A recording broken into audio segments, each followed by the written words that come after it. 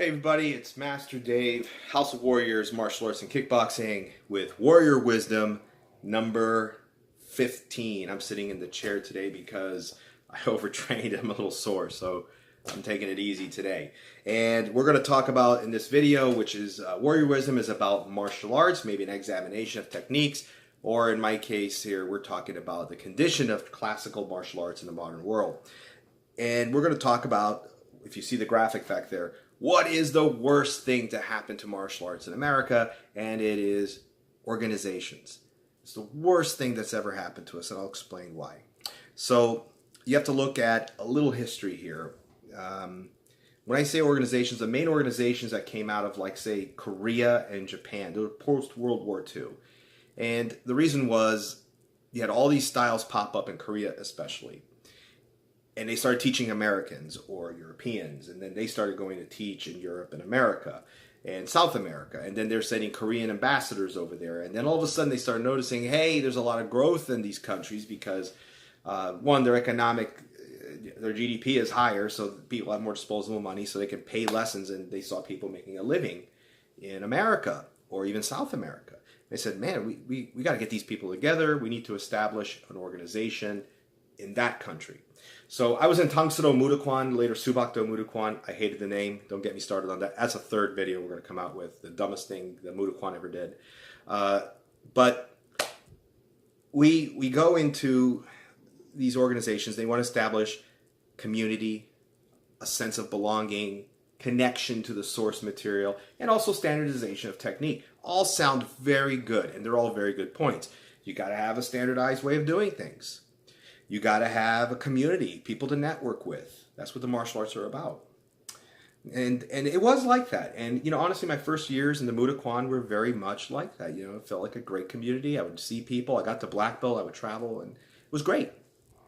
But then when you get to a higher level, let's say you get to, like, where you're instructing more and you have to become a certified teacher in your organization, which, I had reserves about, because I teach every day in my instructor studio, but now you got to certify me. I'm producing students that pay membership dues, but you're telling me now I'm not good enough. And so that's where I kind of had a problem. It was just a money grab, in my opinion. And control, establishing control. And this is where we deal with the negative sides of organizations. They have to have control of everything. Now, mind you, if this was a franchise in a business, where you would have to have that. But if you're a membership organization, like my brother belongs to a lineman's organization, which is a similar 501c4, 7, which is most of these groups, they're basically membership groups. You pay a membership due, and you have this whole community and all this standardization stuff, and that's the way it's supposed to be. But in martial arts, somehow they establish hierarchy, and they start telling you how to run your business, how to do your student, what to teach, how to teach it, even though it's wrong. So their standardization doesn't match the modern world. And they're so disconnected from you and your members. You're the one who see your members, but they tell you what to teach your members, and it's nonsense. They also say they're their members, not ours. So even though we recruit our own students, we teach our students, they call us master whoever, we have to bow down and say they belong really to the organization. And that was a big thing. When I said a letter, I promoted the student from green to red because he has a black belt in Yoshinman Karate-do, let's say. And they sent me an article with a note saying, maybe you need to read this when the Grand Master, who promotes your students, and basically said, we promote, you don't, you submit results. That was a big issue. There's a lot of control freakness like there. They also equate high rank with skill and the ability to convey a message better than their junior. As far as from the truth, I was a third degree black belt. I was teaching since I was a green belt, like assisting, and I had classes I would run it. It was red belt. By Chodan, first degree black belt, I had more teaching skill than a lot of other people did. I was 17, I was managing a studio, and then eventually at 22, I opened my own. And I was only a second dan, and I had a lot of confidence because I had done so much teaching. And I could teach circles around any 5th and 6th degree black belt because of that.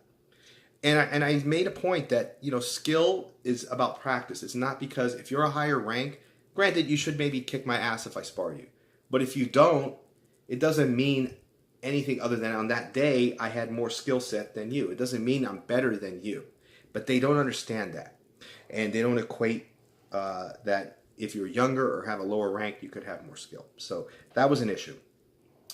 And they use rank the final point I'll make before I tell you why I got out, they use rank and other kind of positions as a dangled carrot. They love doing that. And they'll say, like, well, if you're going to get your 5th Dan or your 6th Dan or your 7th Dan, you're going to have to do this. And they dangle it. Don't you want it? Don't you want to be part of our group? And it becomes very cultish.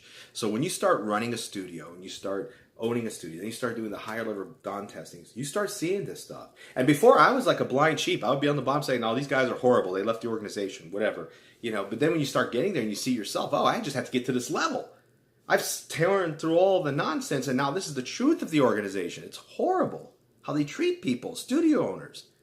And they don't live up to their promises. When we join, let's say, the Mudaquan, and a lot of other organizations say this, they promise you membership materials, they promise you everything from being able to help you run your studio and new curriculum every year. None of those ever get fulfilled. They just ask for your members $50 or $100 a year. And if you collect it and send it for your members to the organization, big conniption. They say, no, they should send it individually. And I had an issue with that. I said, that's not efficient. I run a business. And I collect the dues. And how does it look when I sit there? By the way, Miss Smith, we thank you for signing up and paying your dues here. Now, there's one more fee, and it's a $50 fee to the U.S. Subakdo Tangsero Mudaquan Federation. And you have to pay that. You have to send that off. And you say, why am I paying them? You're my instructor. See, they don't understand that. So I would say, like, look, this is a fee. We're going to collect that for you for year 1. After that, you have to renew on your own if you're still a member with us, which we would appreciate. So it's another $50 right away. They gave it to me, fax the form, run my credit card, cool. But they said to me, you're disconnecting us from your members.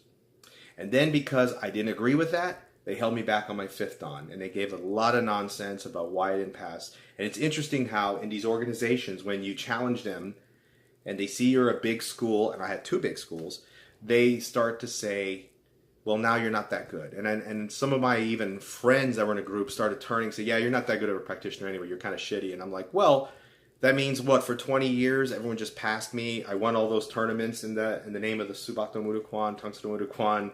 I won all that because people liked me. I mean, come on, I had some skill. So that's just nonsense. And it's amazing how quickly people become horrible practitioners. So I left, not because of that. I got my 5th Dan eventually, going through these hoops of fire or whatever. And it wasn't on anything physical. It was just like stupid nonsense and little BS stuff. It wasn't about my being a good practitioner or not. It was just political. I left because we are supposed to receive certificates, and they take forever to send them for our students. I do a GUP testing. I send results. It takes almost a month to get like 20 certificates, which I think is ridiculous. I told them we should email it to us, and we print it.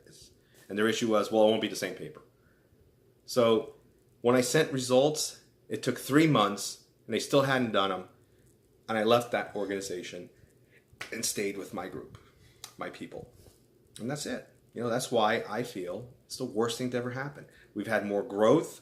I've grown as a martial artist and as a human being, and I'm able to help more people being an independent, doing what I do, than being part of any organization. And if you have happiness in your organization, great, good for you, stay there. I'm not telling you drop it, but if you have these doubts, by all means, drop them. You don't need them. Okay, there's no fountain of knowledge from a founder, as they used to say. So that's it, guys. Long video, but it's a lot of thought. Have a great week. Always be kicking. See you on the next one.